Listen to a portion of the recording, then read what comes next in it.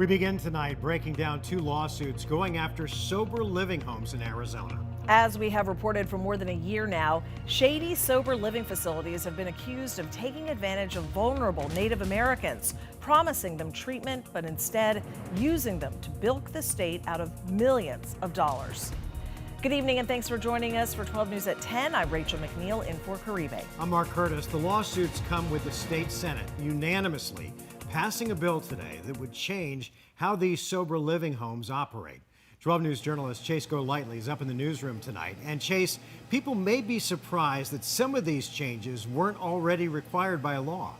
Mark, Rachel, that's right. Like requiring sober living homes to be licensed by the state before operating. The bill's sponsor says the goal is to protect Arizona taxpayers and those being targeted by these fraudulent facilities. Changes that could have saved lives. And now the families of two known victims have filed separate lawsuits.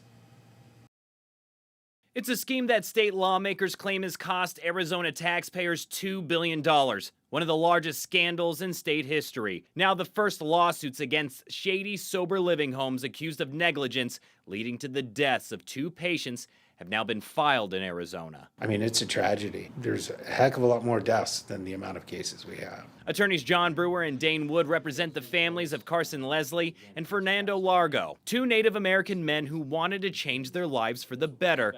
Instead, it cost them everything. Leslie was found lying dead in the street of this gated community in Phoenix. Inside that gated community, there was many sober living homes. It happened in September 2022. Barbara Massaggio was walking her dog when she found him. The way it was positioned, it was put out on the street. There's no way that they died right there. Police reports obtained by 12 News claim Leslie was picked up in Flagstaff by two workers with a sober living home called Victory Group Home.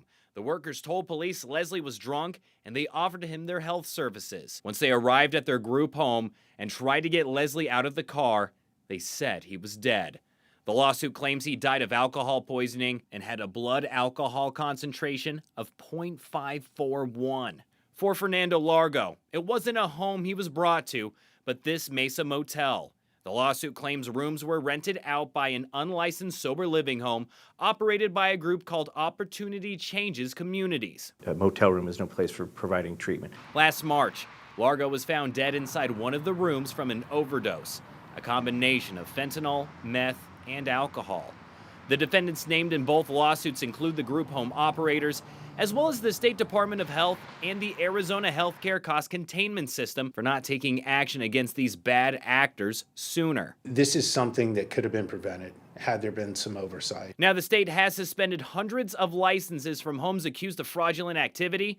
Reva Stewart has been an outspoken advocate who shined a light on many of these reckless rehabs and has seen some change over the past 2 years. It's still happening. As bad as it was then, no. It's curbed down a little bit, but not enough. Wanting more action to be taken by the state and more people to come forward. The attorneys I spoke with said more lawsuits are coming. They started investigating this back in June, and since then, more people who have lost loved ones have come forward. When I asked them how much money they are seeking in these two lawsuits, they told me that will be up to a jury. We're live in the studio. Chase Golightly, 12 News. Chase, thanks. Let's get to the latest.